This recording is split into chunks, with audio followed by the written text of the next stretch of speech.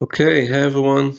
We're going to start, and people may join in the next few minutes, but it's okay. Welcome to this virtual event. My name is Hed Kovetz. I'm the CEO and one of the founders at Silverfort. Um, I'll uh, I'll give you just a quick background. Today, I'm managing Silverfort, which is a company offering unified identity security. We'll talk a bit about it today.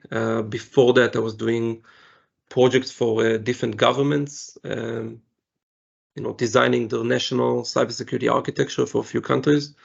And before that, I was a group leader at the 8200 unit of the Israeli intelligence, managing 5 teams. Today, I'm going to give you some introduction of how we view identity, zero trust, and some interesting things around that. I'm very happy today to have Abbas joining me. Abbas, do you want to quickly introduce yourself? Sure. Good morning, everyone, and thank you, Hed. Hello, I'm Abbas Kudrati. I'm the Microsoft Asia APAC Chief Cybersecurity Advisor. I'm based in Melbourne, Australia. I'm so happy to have you all on this particular fireside chat type of a webinar where myself and Hed are going to dive into a little bit about zero trust and how you can manage identities, security, especially for on-prem and service accounts and many other. So over to you, Hed. You can get started. Great. Thank you, Abbas. I'm very happy to have the opportunity to talk with you. We're going to talk today about a topic that I think is very important. I think we talk a lot, and I think a lot of the people on this call also think a lot about zero trust strategy, zero trust security. And we want to talk today about one of the barriers that a lot of companies are seeing in achieving zero trust security. And that's the fact that we have a lot of different assets in our corporate networks, whether it's legacy systems or service accounts, which are the non-human identities, IT and OT infrastructure, a lot of things where zero trust security is very difficult to implement. And I think we all know, and I'm hearing this from a lot of companies, that zero trust is a long journey and not always easy to achieve, especially not in a holistic way. There's a lot of things that I'm hearing from customers about it, and I would love to share. And Abbas is someone who really has an amazing understanding of the zero trust strategy and how organizations can actually achieve it. So I always enjoy talking to him about these topics. And I appreciate everyone finding the time to join us today, and hopefully this will be valuable. So as we get started, I think that the first thing to focus on will be maybe help people here get some understanding of zero trust architecture and kind of best practices, or how do we think about it before we even go into some of these challenges. And I think Abbas can really help by giving us an overview of what zero trust architecture is. So Abbas, if you can start with that, that would be great. Yeah, sure. So yeah, it's absolutely just to set the level plane for everyone. What is zero trust and why we are talking about today? I mean, this buzzword have been very active in the market for past 3 or 4 years. Especially, it picked up during the COVID-19 time, in the pandemic time, when everyone started working, realized that they have to work from home. However, the challenges with CIOs and CISOs were facing that, yes, I want to allow my employee to work from home, but I'm concerned about the security. What can I do to make them productive as well as secure?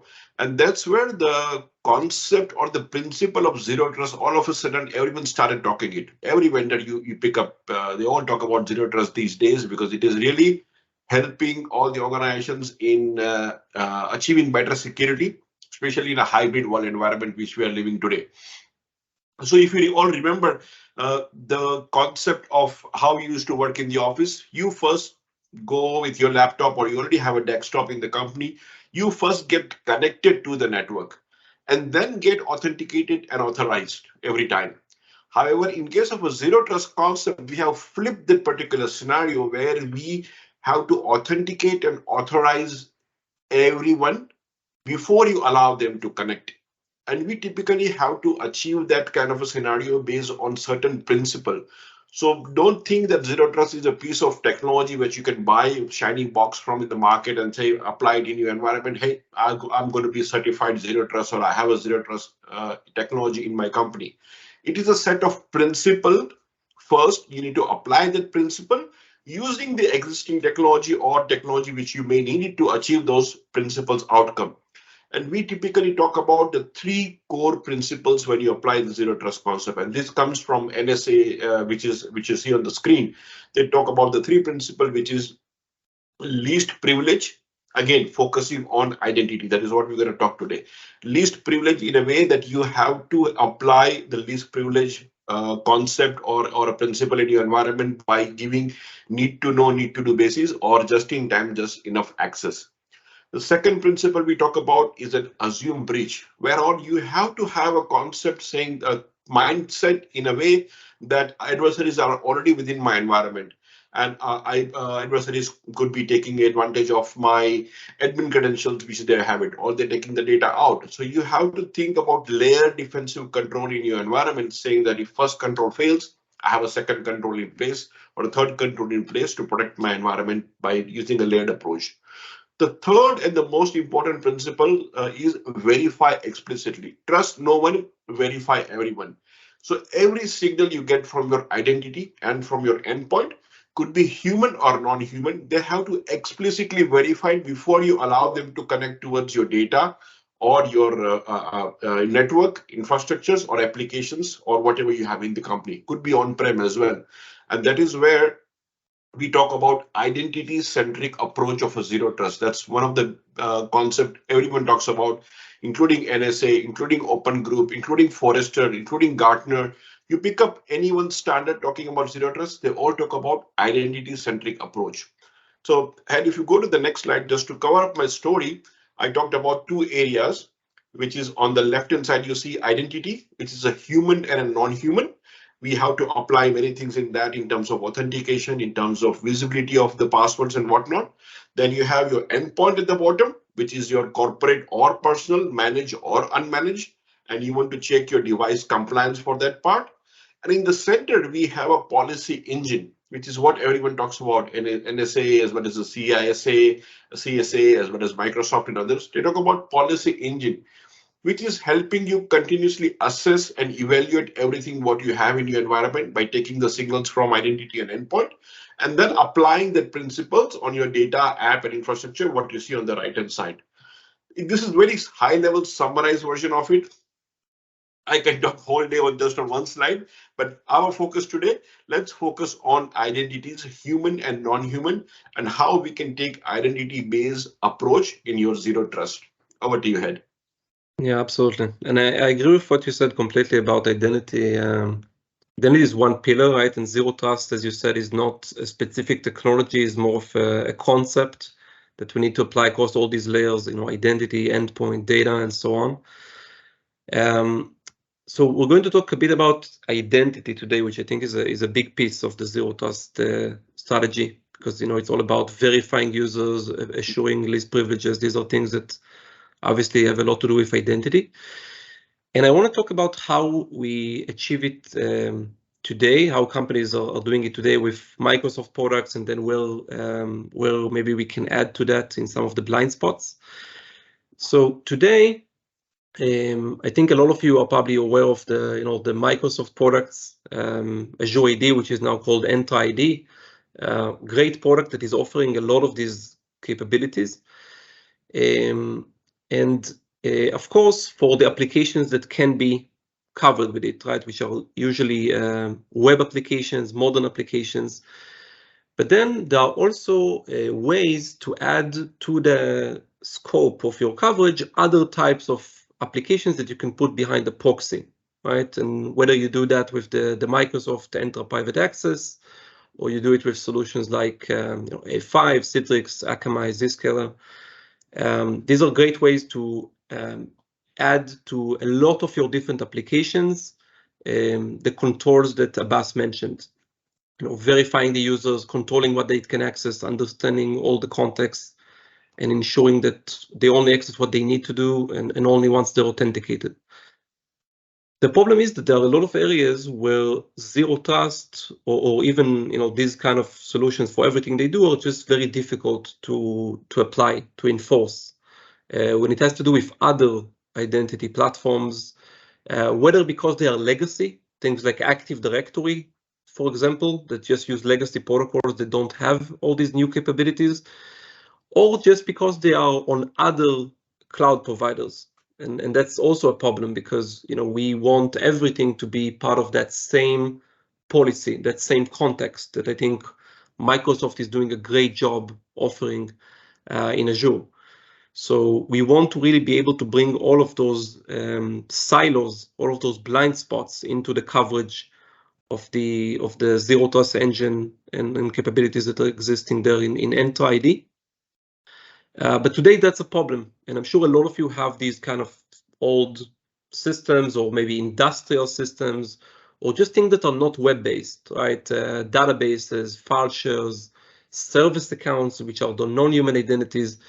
These are all blind spots that are left behind and are very challenging. I don't know, Abbas, if this is a challenge that you see with some of your clients, the lack of full coverage. Yeah, absolutely. As a matter of fact, just today morning, I received an email and I was just opening that email from one of the customer, and I picked up two areas in that. One concern, and by the way, that company is implementing Zero Trust for last a year or so, and they are stuck in their project at a certain stage, and they just sent me a message about what can I do. I have legacy protocols such as SMB1, Landman authentication, NTLM V1 authentication. They also want to stop a service account being used for browsing. So you can imagine that size of a company, even people are able to use service account for even browsing. And these are all genuine use cases, right? And they are not even aware, what can they do? Does Microsoft have a solution for that? Absolutely, we don't have. And that is why we are partnering with a company like Silverfort to especially help customers who are facing challenge where they have an on-prem application, which are a bit of a outdated or a legacy of application, we call it, and they are not ready to migrate them to cloud, and they even are not ready to eliminate those applications because they have a genuine use case to still continue use that application. However, they can't progress on their journey towards a zero trust because of that legacy application. Similarly, example I gave you of a legacy authentication protocol, they have been using it. Certain things they are using it, for example, they don't have any kind of a solution where they can protect their backup using MFA, especially inline MFA.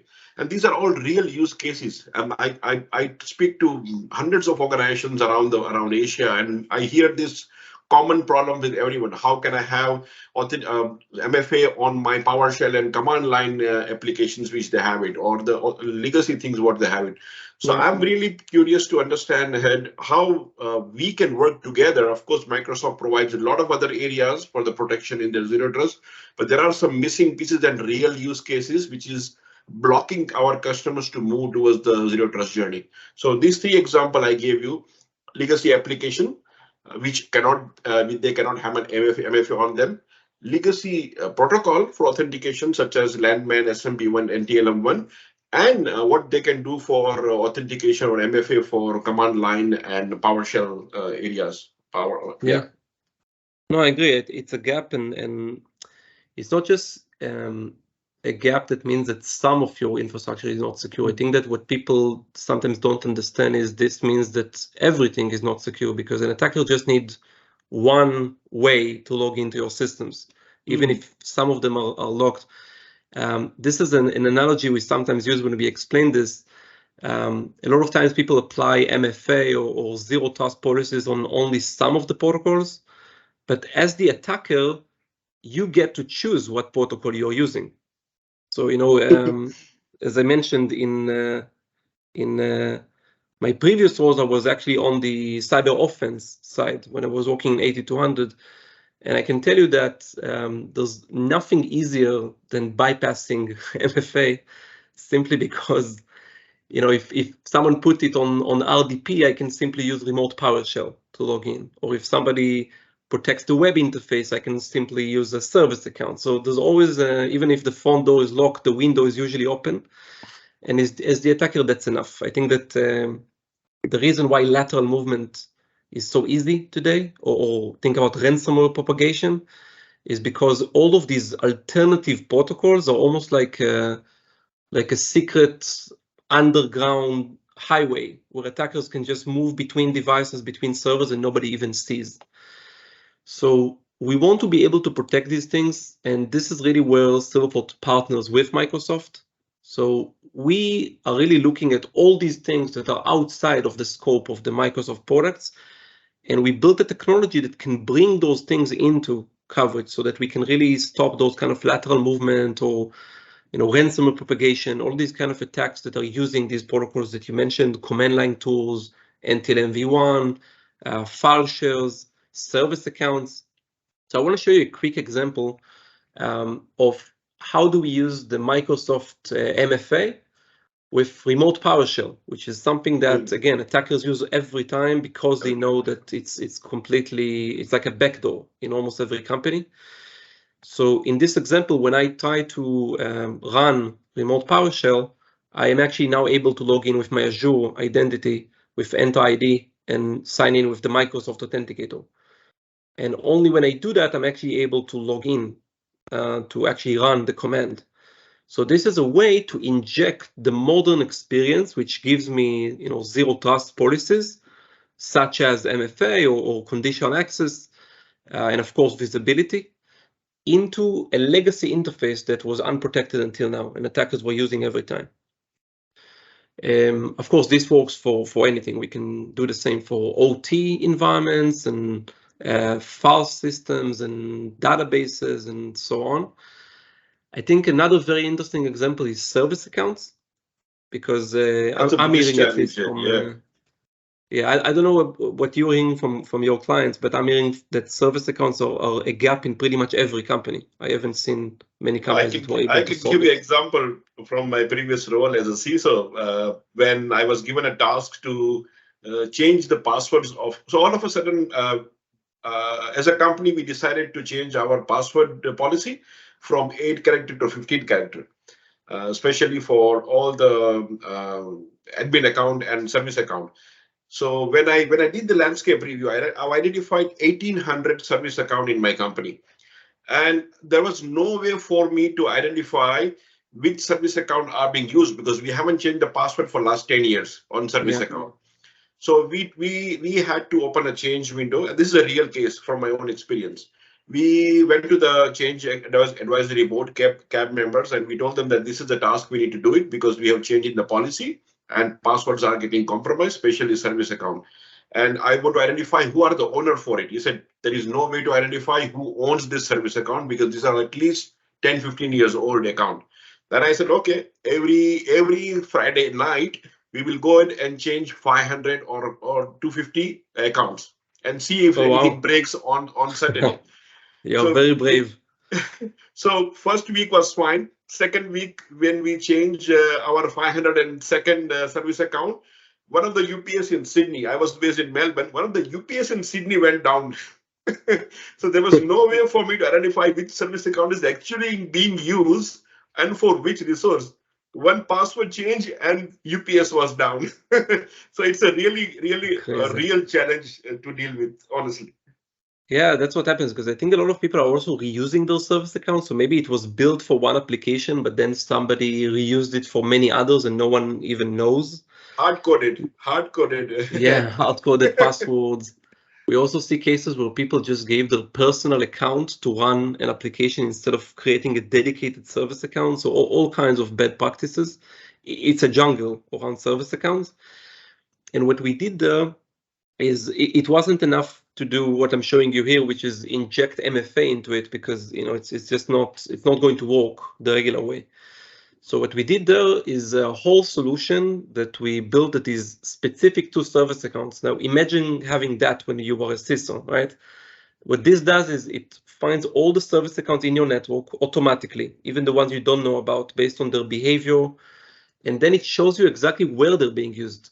So all of these applications that you might not even be aware that they are even using this service account, now you will know all these dependencies, right? Then the second thing is we can now, once we learn that this account connects from these sources to these destinations this many times, and it's very predictable, we can now add a zero trust policy that says that from now on, this account can only log in from here to there using this protocol. And if it ever tries to go outside of that behavior, then maybe we want to do something like maybe send an alert or maybe block it. Yeah. True. So we can take an action. This basically means that if someone compromised this service account, they cannot cause damage. They can only go from A to B. They cannot take over the network anymore, which is exactly the zero trust principle, right?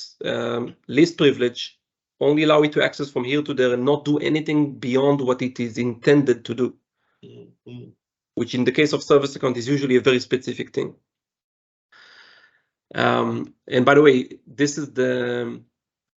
this also shows you some of these bad practices I mentioned earlier, like maybe accounts that are doing interactive login or service accounts that are being used, what we call hybrid accounts, which are machines and humans, meaning that maybe one of your admins is also using them for their personal things from time to time. Yeah.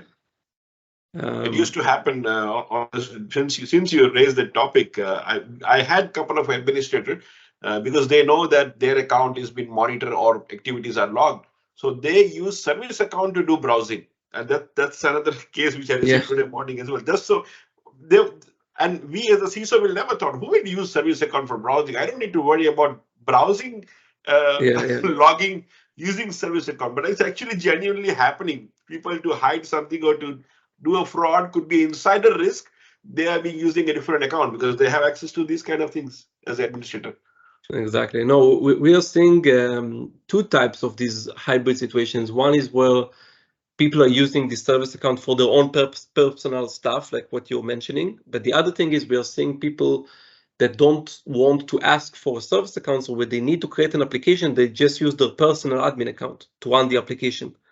And now you have an account called Abbas that is running some scheduled task and no one will ever know. And when Abbas will leave the company, then this application just breaks or maybe just stays there. So we're seeing a lot of this.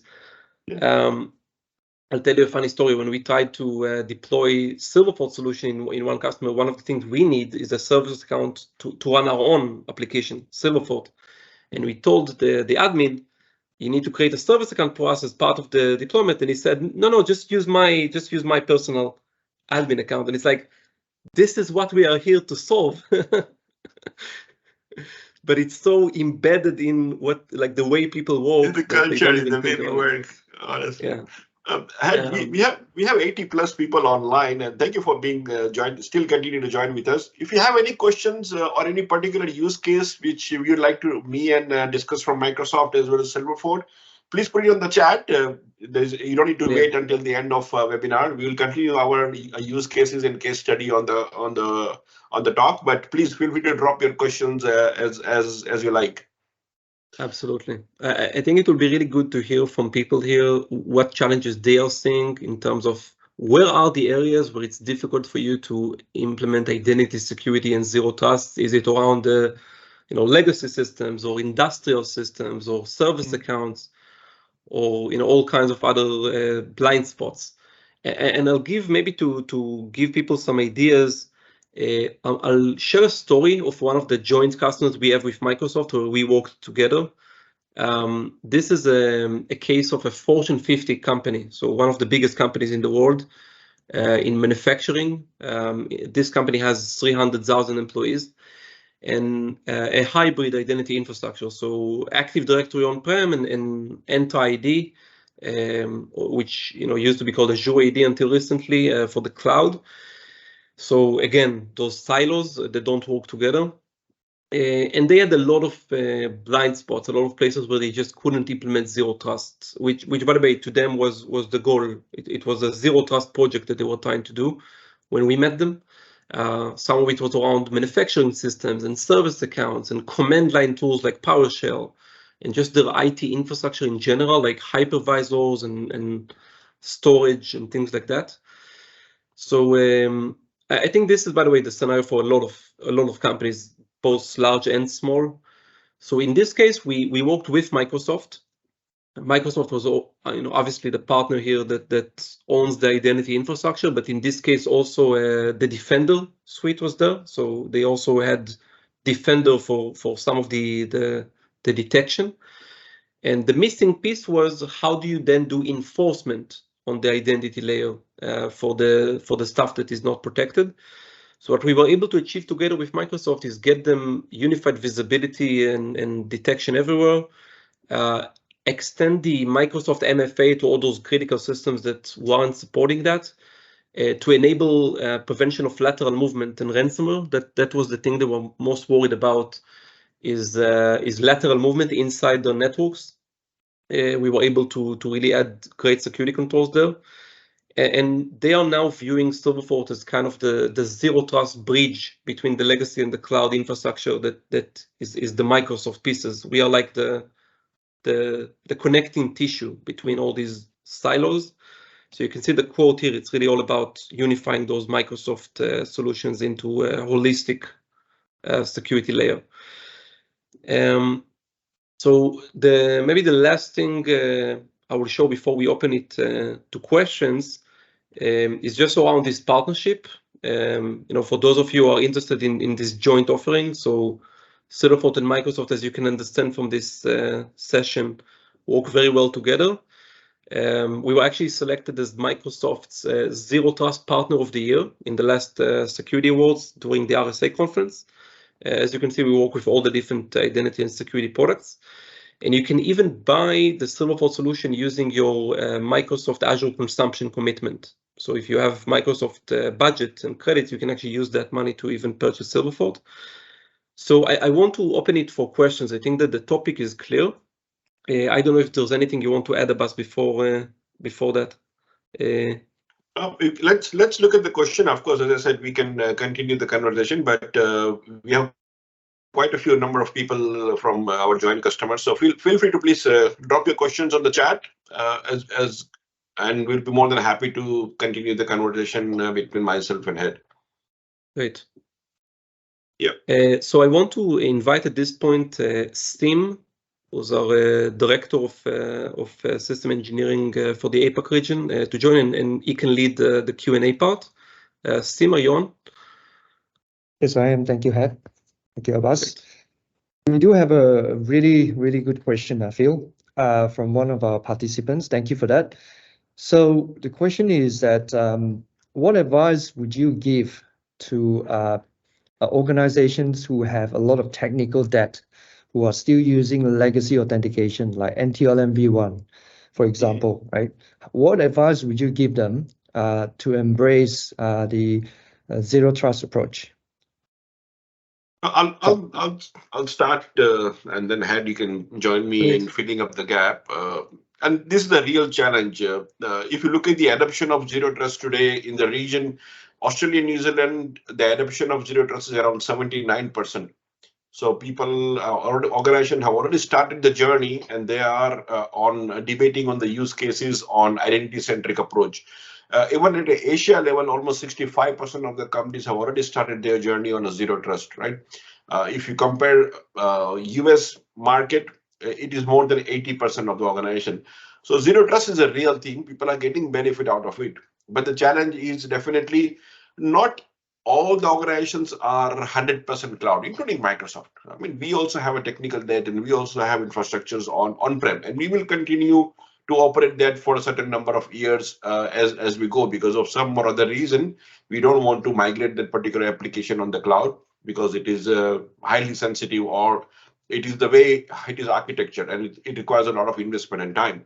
But having said that, you cannot stop your journey on a zero trust just because you have an on-prem legacy applications or the authentications protocol, what you have it, because it will require a significant of study, re-architecting things, maybe investment or the resources to either disable them or migrate to a new one or procure any new application as we go. So organizations are, and this is a real challenge organizations are facing today, those who have been there in the business for more than 30, 40, 50 years, right? And they are kind of stuck in their zero trust journey. What shall I do now? I have done a portion. I have moved identities on Azure AD, or either I'm using ADFS, but my challenge is I cannot complete my identity phase, because as you said, there are phases as we go in zero trust, and identity is the first phase of project. They have to do it. If they don't complete that phase, all the other phases are interdependent on that, because zero trust is an identity centric approach. And this is where the partnership of I always recommend Silverfort to those customers, saying that what can they do to achieve that. Yeah, no, I agree. I think it's a problem for a lot of companies. We see companies that didn't even think that they have any of these legacy protocols left, and as soon as we deploy our product and we discover all the authentications, we see that it's like 20%, 30% of all the authentications are in these old protocols that nobody knew are still there, because they are passable, and that's the worst part, right? Because an attacker can choose the protocol that they're using, and they can always choose these legacy protocols. We are seeing three things where we help customers with that. One is discovery, just telling you which systems are still using NTLM v1 or clear text LDAP or just legacy encryption is a good start. The problem is sometimes you can't get rid of it even if you know it. So some of the systems are just stuck with it. So usually the second step is we build a policy that enforces MFA whenever the protocol is very vulnerable. So whenever somebody is trying to authenticate with NTLM v1 or clear text LDAP or vulnerable encryption algorithm, then automatically we enforce MFA on top.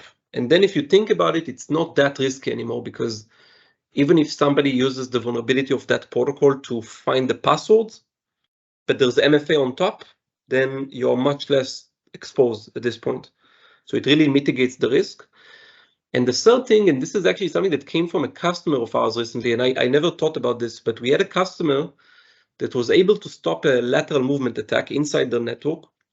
And the policy is something that I didn't even think about. They built a policy saying that any NTLM access, not just v1, but any NTLM that is between workstations should be blocked. And if you think about it, that makes a lot of sense, because they said, yes, we have some servers that are stuck with NTLM, so we need to allow NTLM to access these servers. Okay, that's fine. But why should NTLM ever be possible between the workstations? That's not a necessity, and that's only used for lateral movement.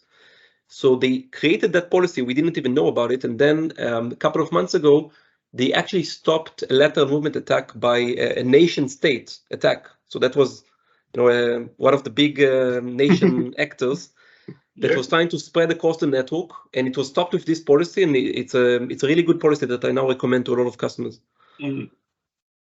Hed, we have got two interesting questions on the chat. I'm not sure if you're able to read the chat. Otherwise, Sim can take us the question for us. Yep. So let me just read through. So this is the first one is on the service accounts visibility. Question is, can the platform help build preventative approach by building proactive policies after learning the usage pattern? And then the second question is let's start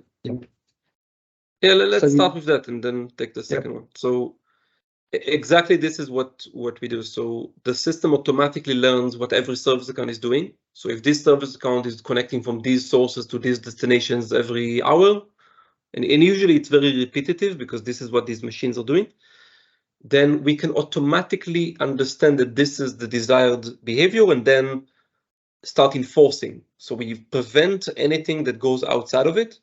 By the way, sometimes you don't want us to learn, but you want to automate it maybe through an API call or to ServiceNow, depending on your own processes.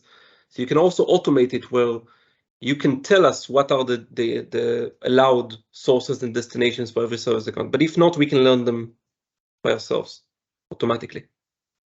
Yeah, that's great. I think you showed in one of the previous slide that it is exactly telling you how many times that particular account has been used and from where to where. Exactly. Which is the one of the main thing, right? First, you need to have a visibility before even you start blocking anything or putting a control around it. So learn what is happening and you review that pattern, whether it's genuinely connecting from one source to other destination and it is required. And I really like the feature which you have. It even gives you a profile, whether it is a high risk profile, low risk profile, or a medium risk. So based on that, I can apply control, whether I want to block it, apply condition access, MFA. There are multiple things you can think about it, right? We got two more questions. Let me read on behalf of Sim because I really like the second one. Do you have an example of an energy customer which they have made a difference with that, especially when they are busy enhancing their protection around many other things, but not considering the legacy app and a database as a priority? Any energy customers you deal with? Yeah, we have many energy customers. As you can understand, a lot of the companies that have complex infrastructure are the ones that really benefit most from this product. So we have a lot of customers in energy, manufacturing, healthcare, financial services, telco. So a lot of companies that have just very complex infrastructure that is difficult to protect. Energy is a great example.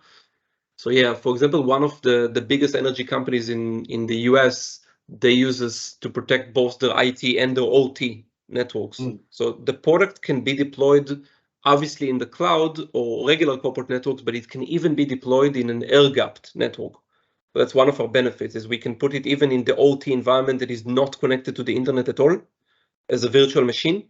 And then you can enforce zero trust controls even in those air-gapped environments where there's no internet. So yeah, a lot of use cases around energy. Did I miss part of that question? I think there was something specific there, right? No, it was more on the legacy application and database as a priority, which I think we covered already.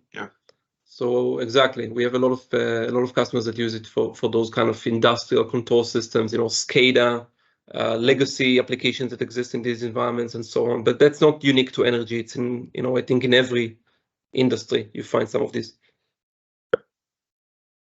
Sim, you want to take the next question? Yep, I think the question before that's kind of touch on that. So the next question is really on this participant focus on delivering enterprise-grade mission-critical systems and solutions in highly regulated environments.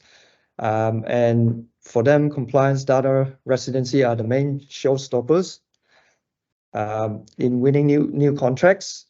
And the start of every at the start of every discussion with the CISO and board level, that's showstopper. So he's asking if we can elaborate on that topic. Data residency? Yeah, compliance and data residencies, yeah, both. Hed, the way I understand this question is, and correct me, Omayuri, sorry for if I'm pronouncing your name. So we understand that his question is about data residency. So if as a customer, if I'm a customer and if I deploy Silverfort, where this will be deployed, under my own Azure tenancy or a separate cloud, your cloud, and trying to meet the regulatory and data sovereignty requirement, where the logging and everything will be allowed to kept, especially if it is on the cloud. So it's very flexible. You can deploy it in the cloud or you can deploy it on-prem. And a lot of our customers put it in their own environment, whether that's their own Azure tenant or whether that's their on-prem environment. As virtual machines. And in that case, all the data stays in your environment. Nothing goes to Silverfort. As I mentioned, we can even deploy in air-gapped environments, meaning that we can even deploy in a network where there's nothing going to Silverfort. So everything stays within your network or within your cloud tenant. So in that sense, a lot of companies that are very, very sensitive actually like using our product. We even have companies, not even just companies, but we have actually a few militaries using our product because, even in the most sensitive places, because they don't need to send anything to us. Okay. I have got one question. So all of a sudden, in your example, the question came to my mind. We are talking about the legacy application, legacy authentication, mostly from the Windows or environment kind of thing. But what about the network resources? If I have hundreds of switches and routers, because I'm more of a manufacturing company, the example you gave, and I have a lot of routers and firewall as well. Can I manage those identity using your technology? Yeah, you can manage almost anything. So routers, switches, all those network equipments we can see as well. Through the radius protocol or other ways that we have, so we can see those authentications too. We can see a lot of things that I think people don't even think about when they think about secure identity. Like I mentioned before, the example of file systems, like shared files and folders. People don't even think about those when they think about MFA or zero trust, but think about it. A lot of sensitive data sits in those kind of shared folders, shared drives. On-prem file servers, Exactly, and we can protect that. So imagine accessing a shared folder and getting the Azure MFA to pop up. So we can actually do that too. Okay, that is interesting. I remember so a lot of things that people don't even think about. Right-click share. That's an example I like showing sometimes. So a lot of people don't even think about that, or think about some of your own proprietary systems. I think in every industry, think about a hospital. A lot of the most sensitive things are the medical devices or the healthcare applications that are proprietary or third party. We can even add MFA to them. So yeah, it's pretty much anything, but network equipment is definitely part of it. Yeah, the idea is really to bring zero trust security and identity protection everywhere. That's really the goal of what we do. I have one more question for Hed. I'm getting a lot of questions. All the stories reminding me of the questions, and feel free to everyone on the call, please feel free to jump and type your question. Another question I have is, and again, real example, a lot of our customers who use Microsoft Azure environment, they allow their admins to create a virtual machine on the cloud.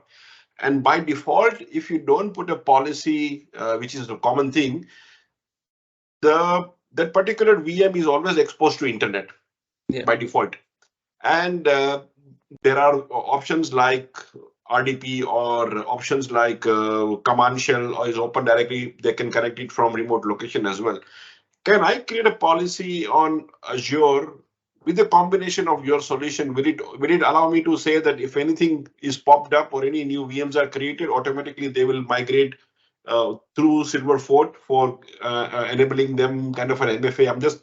It's a hypothetical scenario, but very well, I see it very commonly exposed in the customer's environment. Yeah, it's a very popular example. We actually have a lot of customers doing it because you don't need to build policies in Silverfort only for specific servers or applications. You can build general policies that will also apply for any new VM that is being created. So we have a lot of customers that are just building those general policies, and then every VM they create, every endpoint that joins the network, every new application, they just become protected without doing anything. With our solution, you don't need to put any agents on them or put any proxies in front of them. So it's very easy to just protect everything that happens in the environment. And I think that's critical because enterprise environments today, they change so fast. New instances go up and down so quickly, you can't protect them one by one.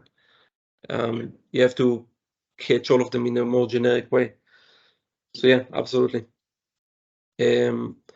I have a question for you too, Abbas. I don't know if there are questions waiting on the chat because I can't see it, but something I wanted to ask you is, where do you see the place of identity in the overall zero trust strategy? Because obviously zero trust is a concept that applies to many layers, but I've always thought about identity as a very important one. But you looking at all of zero trust and literally wrote a book about it, right? So how do you see it? We can market the book later on. So absolutely correct, Hed. So there are, I see 4 kinds of customers in the market, right?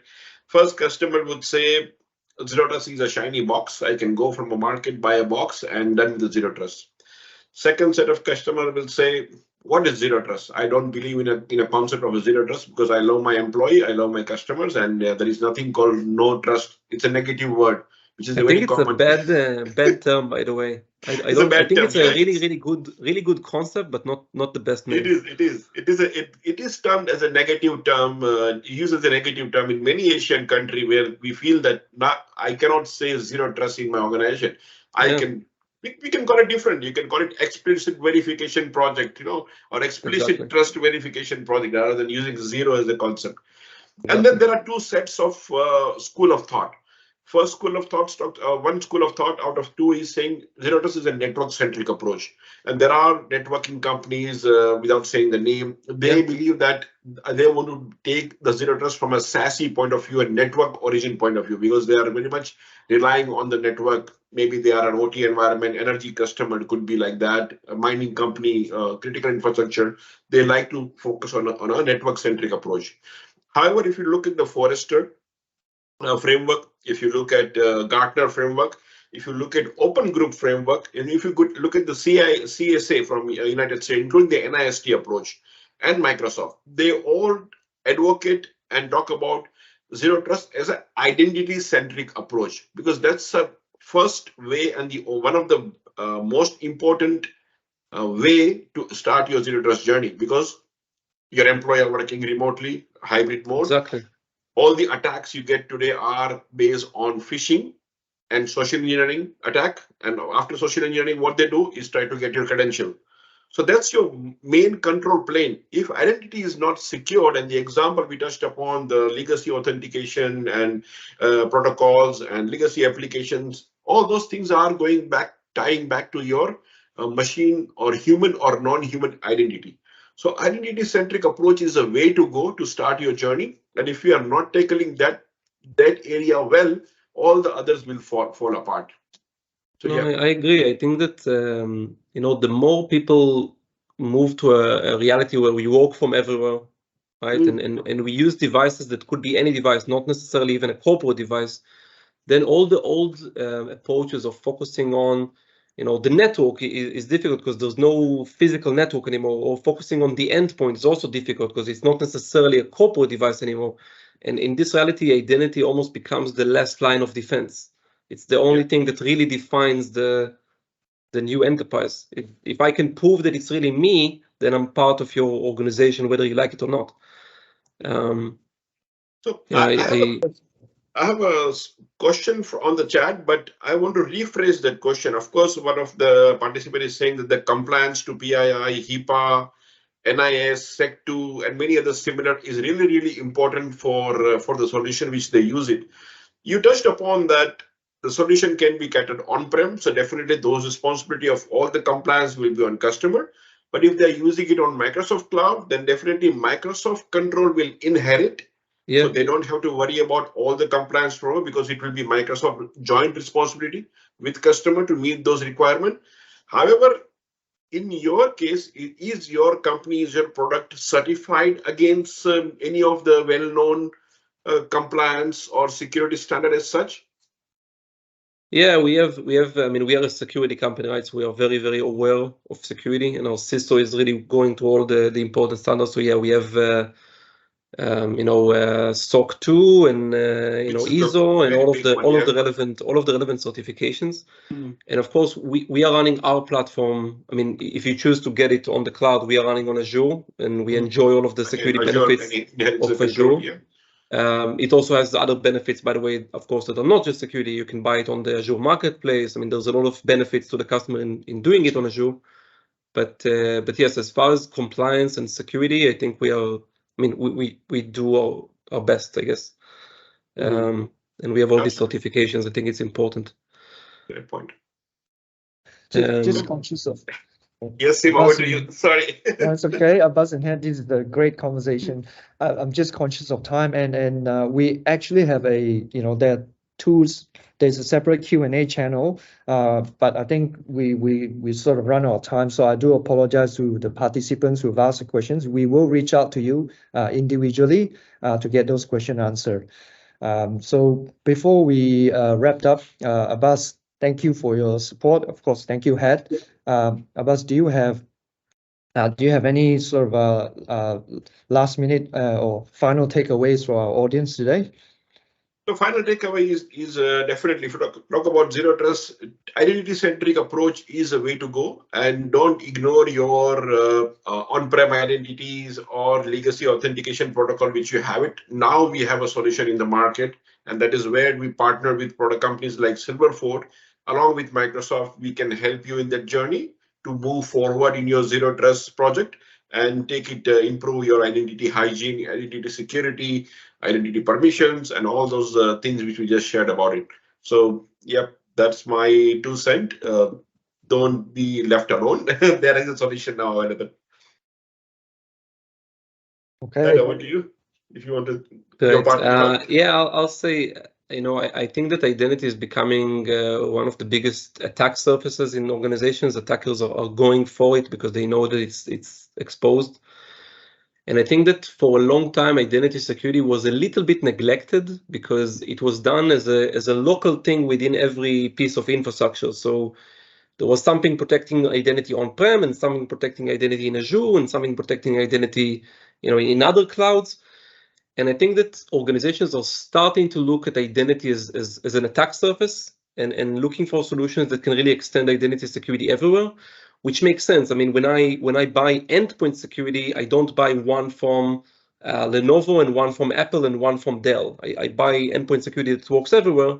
And I think identity is going through this evolution now where people are looking for a way to apply identity security that is holistic. And I think that Microsoft has all those right capabilities, and what we can do is just extend those to all these other environments, all these other silos, so that we can bring identity security everywhere. I am really thankful for this partnership. I think it's been a great experience working with Microsoft and helping hundreds of enterprises together. So thank you for that, and Abbas, thank you specifically. I always enjoy talking to you. My pleasure. It's been great to talk to you today. Thank you. Right. Thank you, everyone. Feel free to reach out on our contact details. We have it on the screen. More than happy to connect with you later on as well. Yeah, if anyone want to learn more, we'll be happy to continue the conversation. Feel free to reach out. Thank you very much. Bye-bye, everyone. Bye-bye. Everyone. Bye.